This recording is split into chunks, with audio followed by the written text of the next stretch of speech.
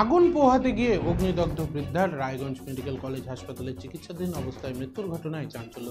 ঘটনা তদন্ত শুরু করল পুলিশ। রবিবার 11:30 নাগাদ দেহ ময়না তদন্তের জন্য রায়গঞ্জ মেডিকেল কলেজ মর্গে পাঠায় তারা। পরিবার সূত্রে জানা গেছে, মৃত বৃদ্ধার নাম দয়ারানী মাহাতো, বয়স আনুমানিক 62 বছর, বাড়ি রায়গঞ্জের শক্তিনগরে।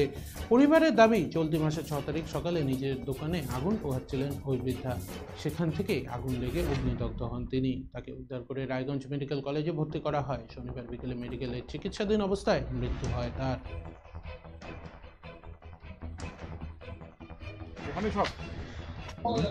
গত শনিবার সকাল 6:30টায় দোকান করতে যায়, আগুন তাপাতে গিয়ে আগুন লেগে যায়। তারপরে শিলিগুড়ি রায়গঞ্জ হাসপাতালে ভর্তি করা হয়।